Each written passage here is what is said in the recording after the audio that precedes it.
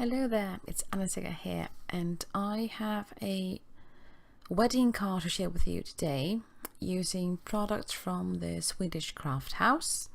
I'm using these gorgeous chipboards from Laser Love along with Pion design papers and some embossing powders in the mix as well. I start off by adding Versamark ink to this gorgeous mandala piece where it's really intricate, absolutely stunning. I wanted to keep the wood look to it, so I'm just using the Versamark, which is a clear sticky ink, and then I'm using this stunning embossing powder from Hero Art.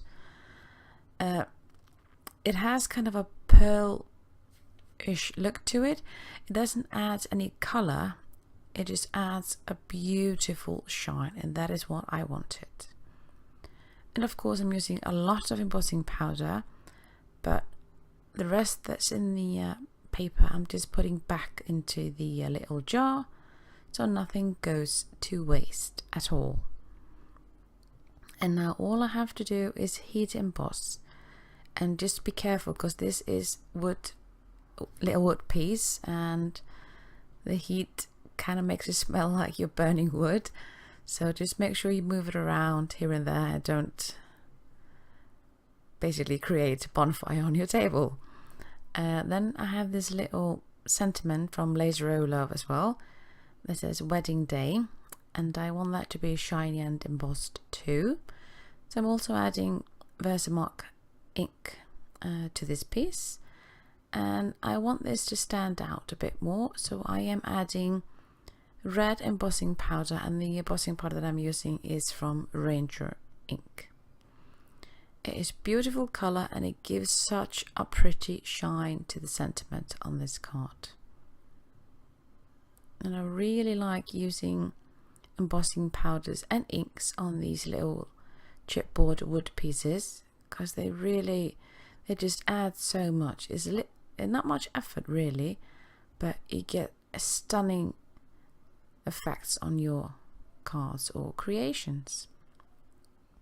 And I actually have this embossing powder in this small container, and it really helps with cleaning up and all that stuff, so I use these containers. These are quite small for the ones that I use quite often, and then I have larger containers for the ones I use more frequently. And I've already cut out a piece of pattern paper for the background, and now I'm just inking the edges with Vintage Photo Distress ink, and I'm also adding a bit of ink to the wood piece as well. It just gives it a bit more dimension. It doesn't add that much color, but it adds, I don't know, a bit of depth to the card really. It doesn't take much time, but it adds so much.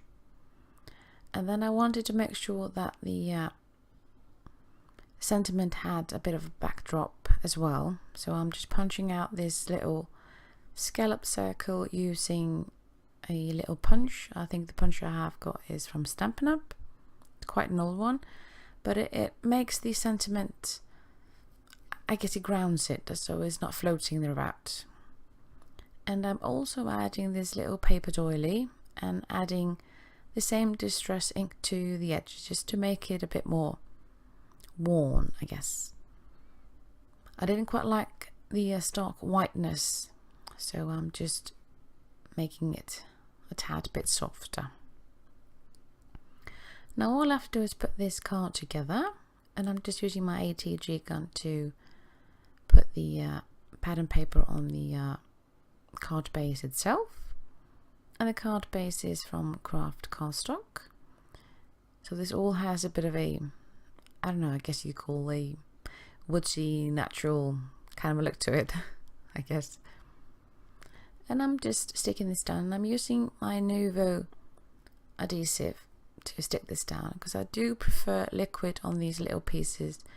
It makes it easier to get in those tiny little bits here and there, and doesn't get too sticky, and you won't see the adhesive if it happens to ooze out a wee bit. Plus I have extra time of wiggling things around in case I'm not completely happy with the placement first time around. So just make sure you push it down, and it's really handy to have a clear block or something heavy to put on top, just to help you with placing it completely on that paper, because this is quite dimensional, so it will not stick completely like a piece of paper really. And then I'm adding the doily on top, and I'm using the same liquid adhesive on that one, and just putting dots here and there just to make sure that it won't go anywhere. And then all I have to do is place the little scallop circle and the sentiment in the center. And as you see, I'm using that Nuvo adhesive on all of these things. It's a really nice glue. I really like it. It dries quickly, but not too quickly, and you don't get these glossy bits here and there at the ends, and it's just, things don't move around with this. I really like it, and the bottle is really nice to hold, easy to squeeze. So basically I just really love this glue as you might tell by now. And now I'm just placing the sentiment, and of course I just had to add flowers, because apparently I have a hard time creating cards without adding at least 3 flowers.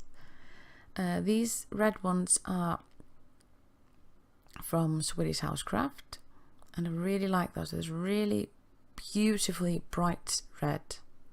I'm sorry about my camera focusing off and on there. And I'm using also white paper flowers just to balance these out. And I like using score tape for dimensional flowers, and then after the score tape I add the liquid glue, the Nuvo one that I used before. It just, I don't know, it might not make much of a difference, but it does to me, at least in my head. So I have the score tape which will stick there for good, and I have that liquid one, so I have a little bit of time of moving them around, and I am certain they will not fall off the card when I give it to the person that is supposed to get it. So it just helps me, I don't know, it calms my mind really. And then I'm adding another white one, just balancing things out, not following any rules or anything, just what looks good to me. And then I also added a bit of sparkliness with my some red gemstones that I found. And that's the card for today, and I will have links to everything down below. Thanks so much for watching. See you later.